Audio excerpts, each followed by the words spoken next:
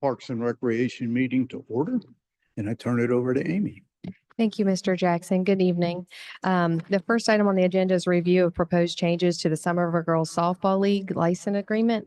I just wanted to give you guys a quick synopsis of some of those proposed changes. The town of Somerville and the Somerville Girls Softball League, which was founded in 1972, has enjoyed a longstanding partnership offering softball programs in the town for girls ages 5 through 18. The current license agreement is set to expire at the end of next month. And these are a couple of the significant changes. So the first proposed change is an adjustment to the annual fee from $800 to $5,000. While this may seem like a substantial increase, I'd like to provide some historical and contextual information. The earliest agreement I found with SGSL is dated 2002. I know we partnered with them before that, but in my records, that's what I had available to me. The annual fee at that time was $600. So over the last 23 years, this fee has only increased by $200. The intent behind the new fee is not to generate revenue, but to help offset some of the town's direct costs associated with supporting SGSL's use of the facilities. In front of you is an expense report outlining the 2024 direct costs for fields 5 and 6. This report does not include several operational costs such as the labor for mowing, weed eating the fence line, restroom supplies, the pesticide treatments performed by our technician, nor his wages. So again, I just want to emphasize that the proposed $5,000 fee reflects only the direct cost tied to SGSL's specific usage, not the general maintenance of the park or fields. I think it's also worth noting that SGSL charges $80 per registration. That is $30 more than the town's resident rate and $10 more than the non-resident rate. I believe this gives them the financial capacity to support this increase. The next significant change involves field access. SGSL would receive priority use of fields 5 through 6 or 5 and 6 Monday through Thursday, rather than the current arrangement of 7 days a week. This change is intended to open weekends for tournaments, which we have struggled to accommodate under the current setup. As a result, we have lost potential revenue and had to turn away or divide tournaments events with other facilities. All town-run leagues operate Monday through Thursday, and many families have expressed appreciation for this format as it preserves their weekends. SGSL would still have access to fields on weekends when a tournament is not scheduled. For context, we hosted 15 baseball tournaments last year. Now, there were other tournaments we hosted, volleyball, cricket, and many others, but baseball, we hosted 15. We do anticipate that number to be slightly increased with expanded field availability. One of the other goals in updating the license is to ensure clarity for both parties. The new language has been added to address the use of fields outside of 5 and 6. SGSL would be expected to follow the same procedures as any other group requesting field use at Gahagan Park. This is to ensure fairness and consistency in the way that we handle all groups that want to utilize those fields. Additionally, Section 4 of the agreement now outlines expectations and responsibilities for both parties to help prevent future misunderstandings. These proposed changes are designed to promote fairness, improve field access for other programs and tournaments, and ensure that the town recovers a portion of the direct costs associated with SGSL's use of our facilities. We value our longstanding relationship with SGSL and believe these updates will strengthen the partnership while allowing the town to better serve the broader community. I think it's important to share that we met with SGSL board members March 12th, attempting to start conversations regarding proposed changes, but this conversation was met with resistance. I sent a letter March 14th requesting information about changes they would like to see, and no information was provided. I emailed the suggested changes that we had that are in front of you today on March 27th, and I've not received any specific response other than that they do not agree or support these. I'm happy to answer any questions or discuss these items further. Amy, if I'm correct, there are reports to the state, they make about $30,000 a year. From what I have seen, yes, sir. And that's our taxpayers, basically money. I think that $5,000 is ridiculous. It should be a lot more than that. And I would like to look into either the town taking over the softball program, and that helps our taxpayers, or we do a split profit Because a 501c3 making that kind of money a year. And then they want to extend the concessions, if I'm correct. Yes, sir. That's just a profit thing. We need that building redone. And that money would go a long way to having a nice field. And because of this, I even thought the Dixie League baseball lease is coming up. If we were able to make an agreement with them to share fields on the weekends, if we have a really large competition tournament, nobody that I know of has 9 baseball fields. That would be huge, and they're both in the same place. Right now, the only place my grandkids play is Monk's Corner or Shipyard. And that would be awesome for the town. That would be big. Off the top of my head, I'm not sure when the Little League, I assume you're talking about the Little League fields. Yeah, I don't Dixie know when League. that Little League lease will come, but I could look into that. It's relatively shortly. I know that. When I was looking into selling, it came up. Amy, at the town, basically paying for maintenance and upkeep, like keeping the grass cut and stuff like that. Yes, sir. We pay So for that- all of those So expenses. that's definitely something that costs the town money for Parks and Rec. But, you know, the other people are getting the benefit. So,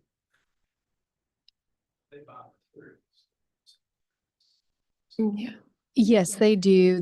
They buy like their bases. They'll buy like rapid dry if the fields are wet, some of those things. They do buy some of those supplies. None of those are reflected on the spreadsheet that you have in front of you. If they purchase it, we didn't include it.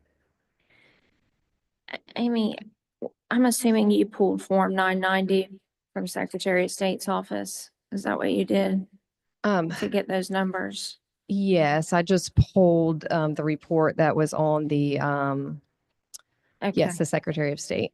Okay, then if you just pull like what shows on their site versus a Form 990, one's going to show like their gross receipts, other's going to show like what their profit is. Because you don't see their expenses on there. Am I right? No, you do. If you flip to the back side, you'll see. This is okay. So I thought this was just, okay. My apologies. Okay, so this is not, the full Form 990 is their annual, but, okay. I just wanted to clarify that. And have you checked like comparable areas, like maybe what they do with their fields with, I don't necessarily, I personally don't, but I don't want to speak for the rest of council. Don't think that we should necessarily take over this unless they want us to, because it's an established nonprofit. It's more headache for us. I mean, and I don't know that it's exactly a good look in the community, to take over their nonprofit or to require dissolving their nonprofit. I do think there's probably should be, there's a couple comments I have on the agreement, if I may, or should we send it to full count, do a vote and send it to full council, or what should we do? I send it to full council for discussion. Okay, Because I mean, that could be a good income. That's a lot of taxpayers' bills. yeah. I'll just state for the record a couple suggestions that I had on here. We're stating that they're used to having exclusive use right now of fields, those 2 fields, right? Yes. So now we're saying in this agreement that they would only get Monday through Thursday when they're used to 7 days a week, 365 days a year. So, they're not getting any weekend time. So I would say that maybe we give them 1 weekend a month. But I do think if our actual costs are showing at 4,700 plus we have other costs involved, maybe it needs to be more than 5,000 a little bit, although I'm torn on that because jumping from $800 to 5,000 is a lot in itself, and I could see how somebody could get upset about that, but it should have been done a long time ago and really should be more than that. The other suggestion I had on here is that they couldn't offer alcoholic beverages at all on here, in paragraph 3. And then here, I had a question about, it says if the licensee requires weekend or overtime field prep, rain recovery, that they'll be billed at the current overtime rate and subject to staff availability. And the current overtime rate, I think, should have a plus to that, because there's still additional costs involved of more than just whatever the current overtime rate is. So we should specify an hourly rate, I believe, in the contract, just because somebody's hourly rate is like $50 or whatever it might be an hour. This should be more than that, I believe. Okay. That's just my opinion. And this states here that the licensee is responsible for all repairs and maintenance to all appliances and contents within the concession stand. So then I think where it says that licensor, the first sentence, shall make any and all necessary repairs to maintain field 5 and 6, it should say excluding those stated herein. Okay. And then it says here that the licensee is responsible for purchasing chalk, paint, bases, field conditioner, pitching rubbers, etc. They've been responsible for that, as I understood. Is that right? And again, that's part of just putting it in black and white. So there's no guessing, there's no questioning who's responsible for what. When I first shared this document with Scott, that's what he said, that there's really nothing outlining. So we tried to make it as specific as we possibly could.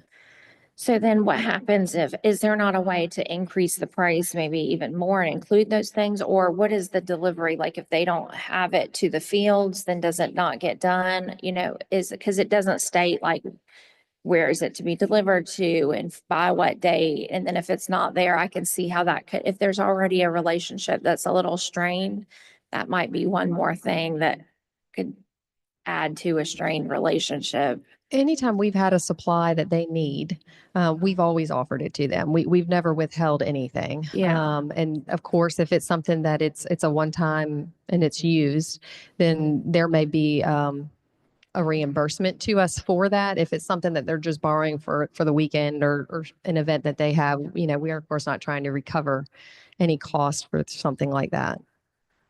And Amy, these figures show what like their gross revenue is and what they're making from games that they're running. The report there on is 2024. Yes, sir. And it doesn't appear that anyone's getting any kind of salary or anything, but they're still they've got a cushion there for sure. You get a copy of their insurance policy? We do. Okay. Do you know if it states, because this says only $1 million insurance policy, it doesn't state the aggregate amount. Do you know if it's 2,500,000? I do not know. I'd have to Okay. look at it. I would just think that would be something that their policy, if it was me, I would want $1 million coverage minimum, and then the 2,500,000 aggregate. The 1 million is what SMRF requires of us, Uh-huh. and we have to be named as the. Okay. Yeah. It should still list an aggregate amount already on it. And it may, I just don't know off the top of my head. Okay. I can look at that and let you know. Is lights and electric included in your cost? It is on that spreadsheet, yes. And then in the event of default or breach, they only have 10 days notice to cure or remedy. We have to only give 10 days notice of default termination.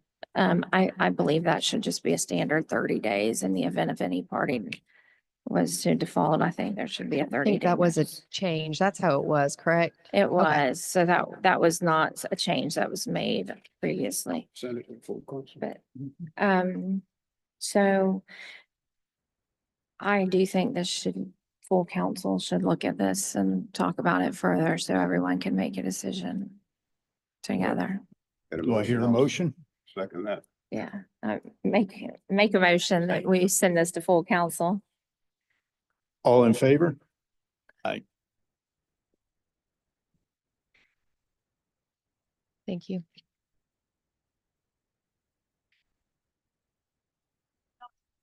Oh, I make a motion, we adjourn? Second.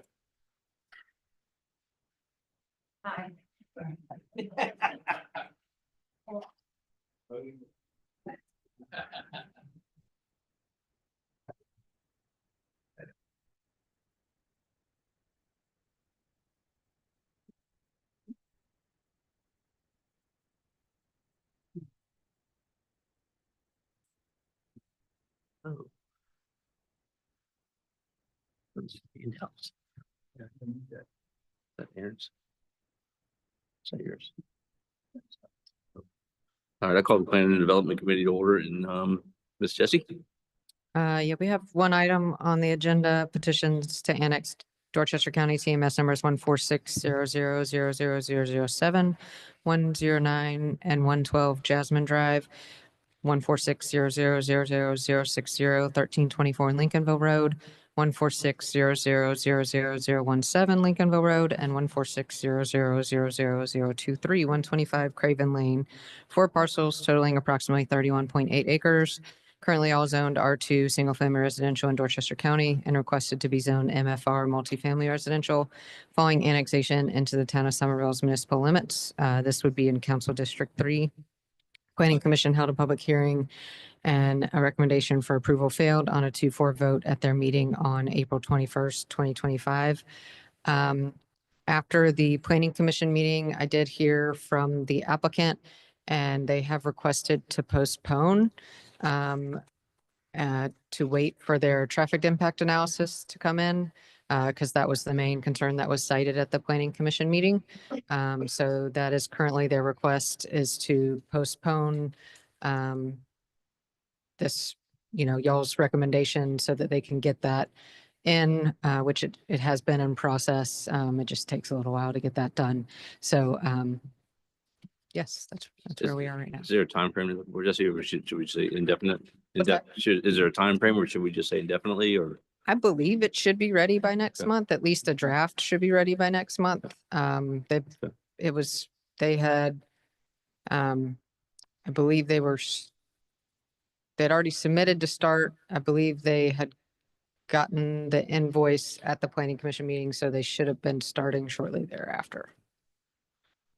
Do I hear a motion to postpone? I make a motion to postpone. I'll second that. Any other discussion? Clarify, you're gonna postpone it until the June. Postpone until the traffic study is ready. Yes. Yeah. That's a motion and a second to postpone so traffic study is ready. Any other discussion? I do have a question. Okay. Not discussion on this. So once they get, if they were to get rezoned, multifamily residential, I know they're proposing townhouses, but would they be able to change it to something other than townhouses once they got that new zoning? I mean, technically it is, multifamily residential does allow for apartments. Obviously, if that's the case, they'd have to go back and have another traffic impact analysis done because the density and proposed intensity of the use would change. And admittedly, I mean, traffic impact analysis aren't super expensive, but they're not cheap either. Right. So I'm pretty sure their proposed use, and I will say the developer who is pursuing this doesn't do apartments. Understood. Thank But you. yes, it could technically They be could. Okay. apartments. Any other discussions or questions? All those in favor? Aye. Aye. Make a motion, we adjourn. A second? All right, all those in favor? Aye. Aye. We're adjourned.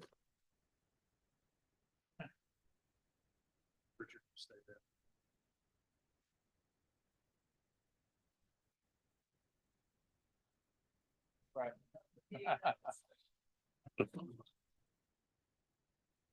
I don't care. Sorry, you can do it. All right, I'll call the Planning and Development Committee to order. And Bonnie, all you, Right, we have one item on oh, Public Works Committee, meeting to order. We just finished the other one. You should have been the chairperson. we have one item on the agenda, and it's discussion of establishing a permanent drainage easement for a ditch and repairs to a culvert at 132 Tupper Lane. As you can see that plat in front of you, there is an existing ditch that drains a lot of area upstream of Tupper Lane. And for years, the town has been maintaining it, and the current property owner has lived there for several years, and they're very hospitable to our crews going in and cleaning the ditch, and the previous property owner was. But we don't have any record. I mean, we don't have an easement for it. And then even the culvert that runs under their driveway, it has really eroded and kind of just split off. They have to park before they get to their house because they cannot drive over it. And it's been in that condition for probably over a year. And they have looked into getting, replacement for it and a new bridge slab poured on top. But I mean, it's just really expensive. And we have gone out there and met with the owners and feel that since this drainage way does serve, the upstream area in town, that they will dedicate the easement to ensure that we have the ability to maintain it, and they will pay for the cost of the materials to replace the culvert, and our crews will go in there and do the work. But we just want to make sure, that y'all are good with that. It sounds pretty simple. I mean, it's just, is there any complexities that I'm not seeing? It's one way to ensure that future property owners will allow us access. Right, yeah. No, I get, and I mean, they're okay with granting the easement and all that good stuff. So, Yes. yeah, okay. We were in agreement to this, it still has to go to full council, right? No matter what. I think, yes, ma'am. So we just need a motion to send it to full council. So I'll make a motion that we send it to full council with recommendation to approve it. I'll second that. Okay, Any other Thank you. discussion? All those in favor? Aye. Aye. All right, motion to adjourn, Aye. and we're adjourned.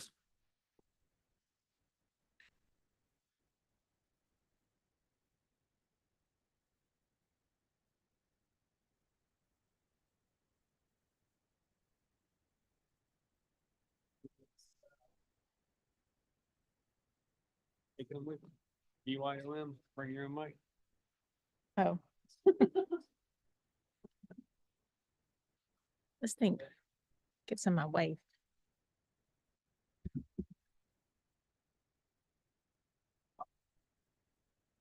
Yeah.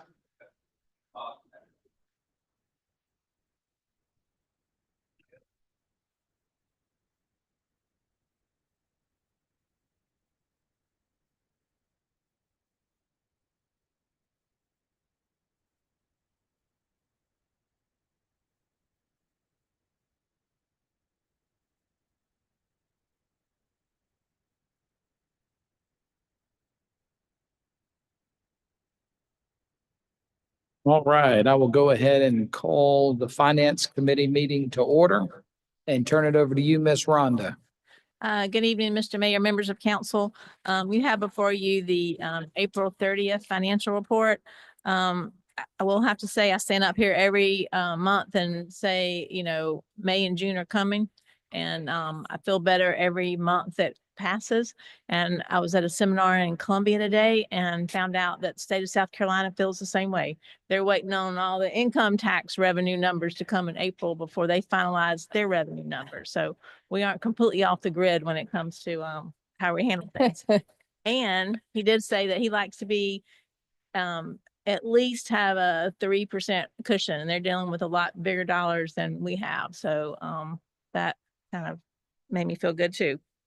For the month of April was a big business license month, as well, but our total revenue, just under 4.9 million. Our expenses 36 million. I'm sorry, year to date is 36 million. Our expenses for the month are 4.2 million and year to date is 41 million. Our net revenues was just at $1 million and our loss is down to 2.3 million for the month. I have some detail on the revenue. Any questions on the summary sheet before I go to the revenue totals? Property taxes are about where we expected, took in about 732,000, year to date, just over 20 million. License and permits, 3.3 million, year to date is right at 8 million. I will say that, on our business license, the third row down in the license and permits, we took in another, almost 300 that didn't get booked in April because of the timing of the short month. So we're only about $600,000 away from meeting our budget number for that particular line item.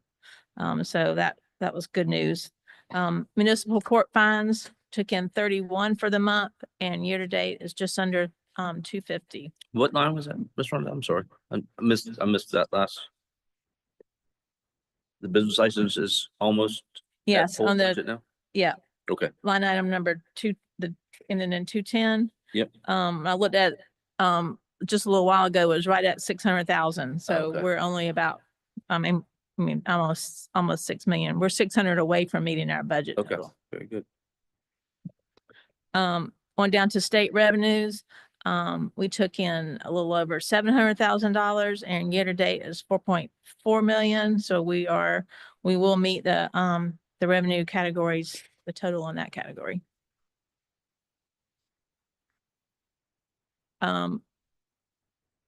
Parks and Rec revenue, of course, that revenue total is looking really good too. We took in about 25,000 for the month and year to date 446. So we're over budget there about 54,000 or 14%. Miscellaneous revenues, we took in right at 19,000 and year to date is 2.8. We'll meet all of those categories more than likely, except for miscellaneous income. I don't think is going to make the 100,000 that we looked at, and false alarm fees because of the data that the police lost. We won't meet that this year.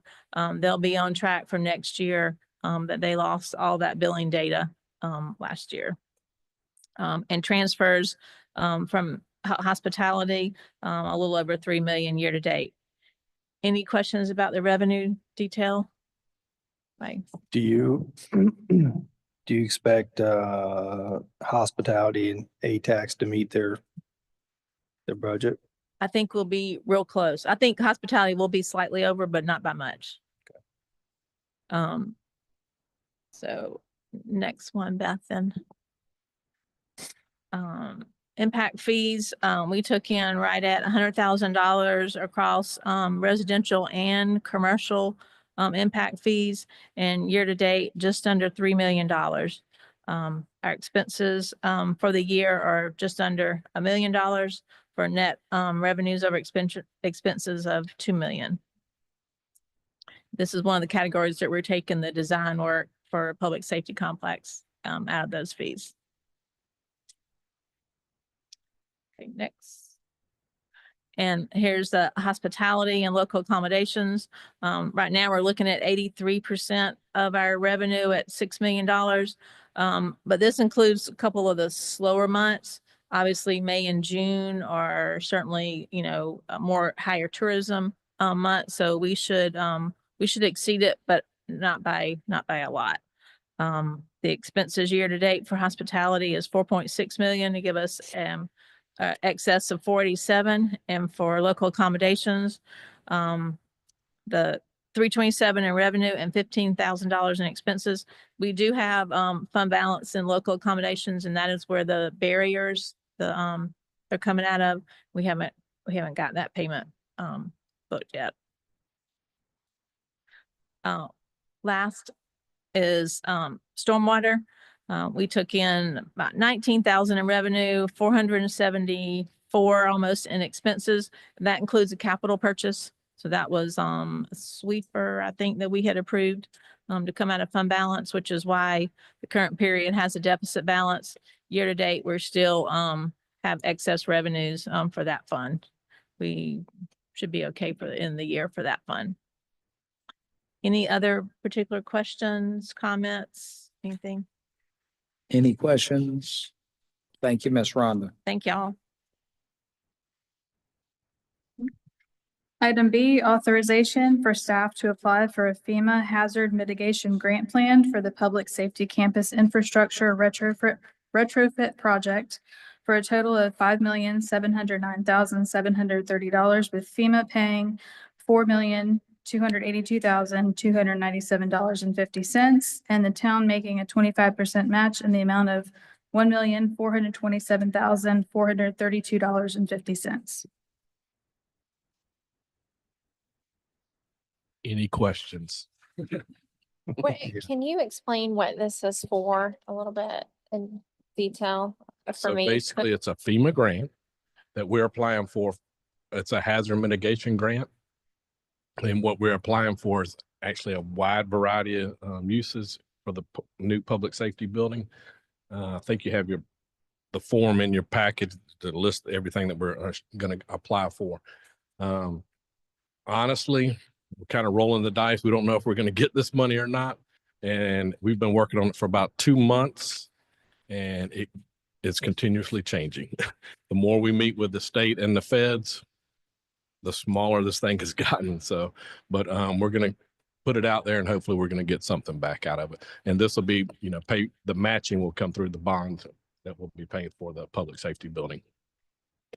Frank, was this something that was already in the programming for the building, or was this is like a? It is not. it'd be It is not. Like the extra, okay.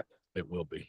So the current budget that we have for it, this would be in addition to that? Correct.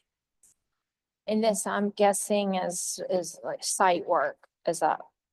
It is a variety of things. It's everything from energy efficiency items like solar, Okay. it's stormwater, it's a lot of things. It's hardening of the building for hurricanes. So the list, as I mentioned, was this big. It's kind of gotten to this now, just so we can qualify for the Yeah. FEMA funds. Well, it's gonna be great if we can get it. Yeah, hopefully we can get something. I'd move for approval. I'll second that. All right, motion and a second to approve. Any other discussion? Hearing none, all those in favor say aye. Aye. Any opposed? The ayes have it. Item C, authorization for Chief Wright to sign a memorandum of understanding with the Sullivan's Island Police Department. I move for approval of the MOU. Motion and a second to approve the MOU. Any discussion? Y'all just wanted to wait and see if Chief walked all the way up before we, no discussion. And hearing none, all those in favor say aye. Aye. Any opposed? The ayes have it. Looking sharp, Just Chief. Did they ask us for this? or- Yes, they did. Prior to the incident that happened last week, they've actually asked for it about 2 months ago. They have a new chief there. And we have mutual aid agreements with pretty much every agency in the low country, and it's vice versa. Yes, ma'am. Thank you. Item D, authorization to issue a purchase order to Santee Automotive for 2 2025 Ford Sport utility vehicles with police equipment and upfitting for $143,363.04. These funds will come from vehicle capital and surplus vehicle funds. I'll make a motion that we approve that. I'll second. Motion and a second to approve. Any discussion? Chief, what sport will these be used for? I just want to say, thank you so much, Rhonda and Scott, for adding that in there, the capital, the vehicle and the surplus fund. That's helpful for me and for tracking. So I appreciate that. All right. Any other discussion? Hearing none, all those in favor say aye. Aye. Any opposed? The ayes have it. Authorization to surplus Police Department Vehicle P 341, a 2018 Ford Explorer with 79,100 miles. I'll make a motion. We approve that. I'll second that, Mr. Mayor. All right, motion and a second to approve. Any discussion? Yeah, I just have a couple questions on this. Is one, when we do surplus, would that then be tracked into that account, Rhonda, like pluses and minuses? Not this year. Okay, yeah. And then the reason is the vehicle just like need a lot of repairs to it and, okay.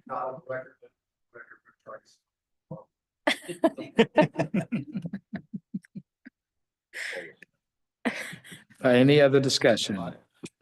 Hearing none. All those in favor say aye. Aye. Any opposed? The ayes have it. Buyer beware.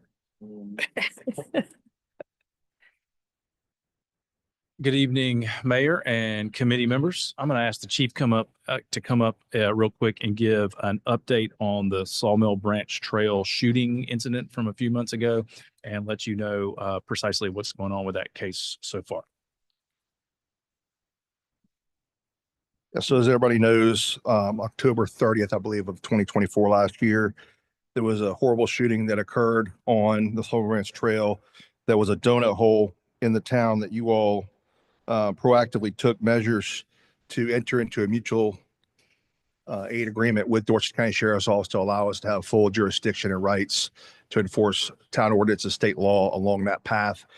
In that horrible incident, a 54-year-old woman lost her life and her husband was shot while they were walking their dogs just after 9 p.m. at night along the trail. The gentleman who was arrested in that incident was 20-year-old Christopher Kelly McDonald. He was charged with a litany of charges, but the Dorchester County Sheriff's Office charged him with assault and battery in a high aggravated nature, as well as voluntary manslaughter. And they brought in the Department of Natural Resources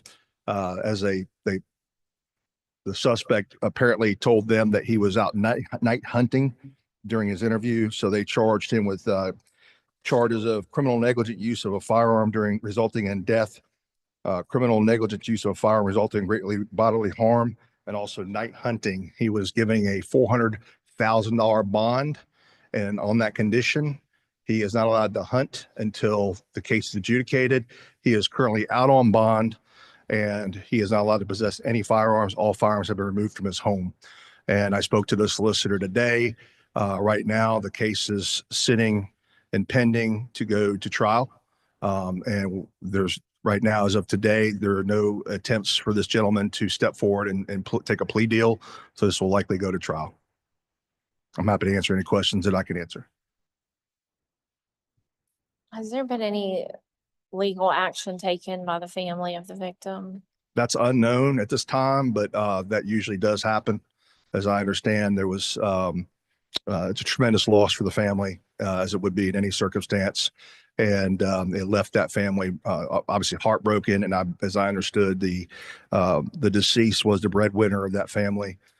So it really has put that situation into motion. So I would suspect that usually does happen in negligent deaths.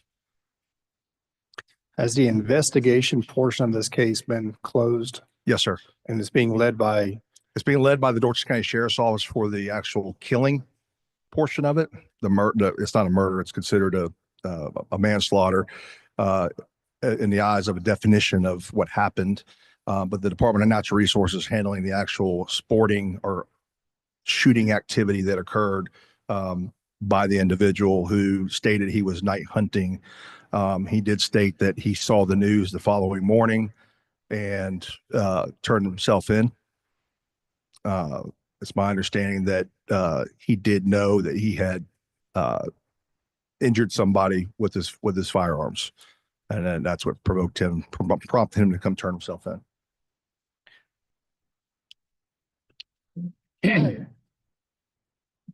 And the night of, did you respond to the scene with our canine?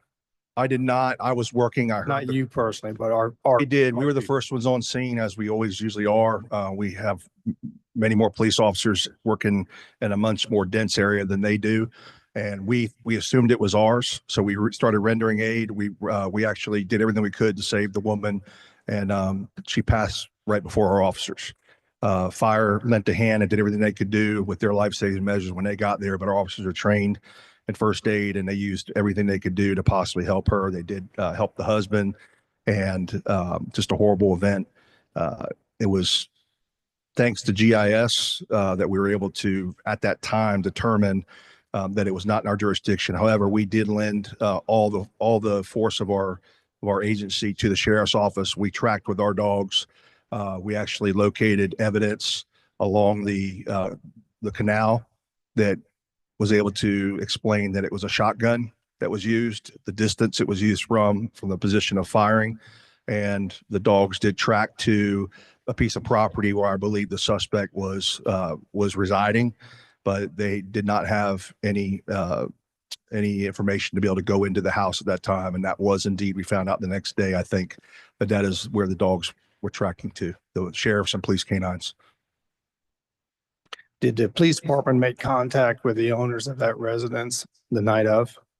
That's unknown. The sheriff's office was leading the investigation.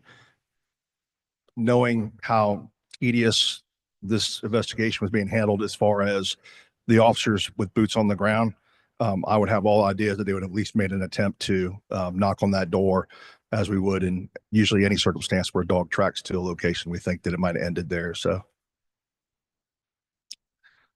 it's unfortunate. Thank you for that update, Chief. I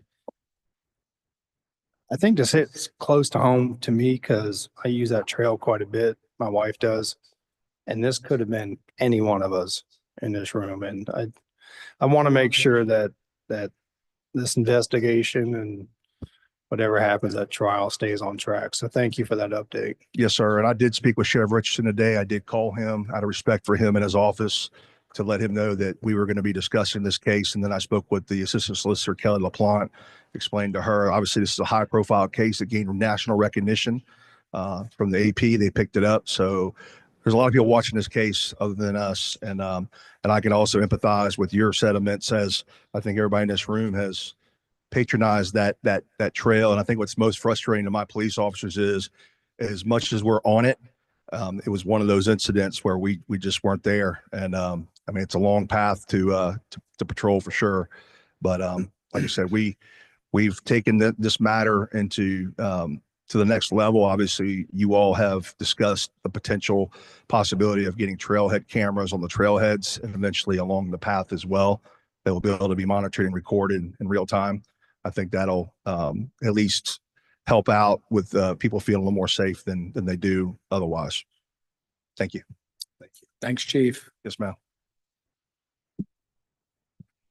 GW, in your opinion, do you feel like that there is liability on the town because it happened on the trail? At the end of the day, no, but that does not mean that some crazy lawyer will come up with a theory saying that we should have been out there. We just got sued because it was a shooting at an apartment complex and where there had been a shooting before. So we get sued because we didn't have police officers out there guarding the apartment. And I just don't see any. I get sued all the time. It's part of my job, and anybody can file a lawsuit, anybody, as you know. In this case, obviously, there's a lot of connections that need to be made, and I think they're in the grieving portion still. I think people want to see closure by this gentleman going to prison or seeing some type of prison time. So thank you. Thanks, Chief. May I ask, Scott, maybe you can answer this, or I can't recall, but are cameras for the trailheads or the trails, is that in the budget cycle, or is that something that could be in the fund already? Because it's not a huge We do expense. not have any funds budgeted for the camera system. We made application to the General Assembly for an earmark. And as I've mentioned to you before, the General Assembly has decided this year anyway, not to fund any earmarks. Now, there could be an outside chance that they do something, depending on how much Frank Rainwater comes back to them with the surplus funds and what happens in conference committee. The House and the Senate will, the only thing they're going to be able to take up after Thursday's sine die is the conference committee on the budget.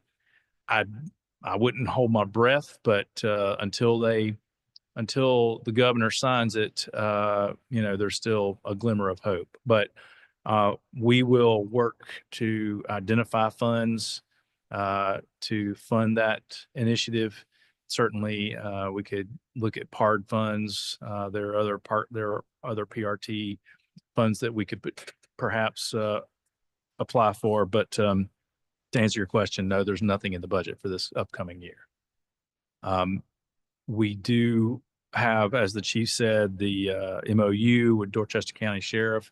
There was an initial thought that perhaps we would just annex all of it, but because of the intervening private property owners that are next door to it, and finding the provenance of some of those properties was going to be much more problematic and drawn out than getting the MOU. So that's a big first step, and just codifies what we were already practicing, as the chief described.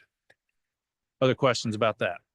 Do we have an estimate yet as to what that would cost for that trail? Let's see, we got several options from one of the companies. I think $5 million was all in, which included cameras at the trailheads, and then one every 100 or so feet, 200 feet, something like that.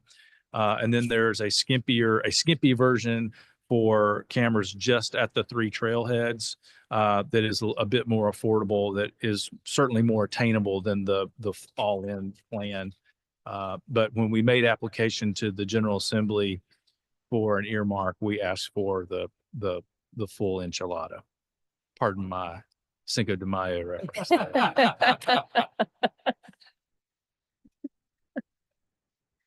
Other questions about that? Okay, real quickly, just want to give you an update on some things that have been happening. Of course, the Berlin G. Myers Parkway ribbon cutting was a couple of Fridays ago, a great success. I experienced this myself last Tuesday on the first day that it was open. People were not aware that it was open necessarily, and so they were trying to exit off onto Trolley Road. The Trolley Road exit after they were almost to the bridge. So quick swerves across. I saw lots of people doing that. We're aware of this. We've pushed out some social media to the community to say, hey, pay attention to the signage, and hopefully as people travel on the new parkway, they'll get used to the new alignment, and we won't have those issues. So but we are aware of it, and I think we are talking a little bit with DOT about additional signage, particularly the cross street signage that's further up towards Old Orangeburg Road. So we're working on that. Last week, Jesse and I attended the Reality Check 2.0 that's put on by the Urban Land Institute and the BCD COG. Jesse and Treasure were both actually facilitators for this big event where leaders from around the region got together to talk about where we would envision growth occurring in the Tri-County area. And there were lots of different ideas, but just suffice it to say that it's coming. More of it's coming, and we've got to figure out how to work on it. So look for some updates coming on that. The Mason jar out next to Town Hall here is being refurbished. If you hadn't noticed, we've already wrapped the bottom of it a few weeks ago because of the paint was fading on it. We got a new signage on it, and the folks at the Public Works Arts Center are going to come May the 17th through the 20th to finish the lid and the straw and the lemon. They're going to repaint that. So we will hopefully have a freshened up, a fresh iced tea out there in a few weeks.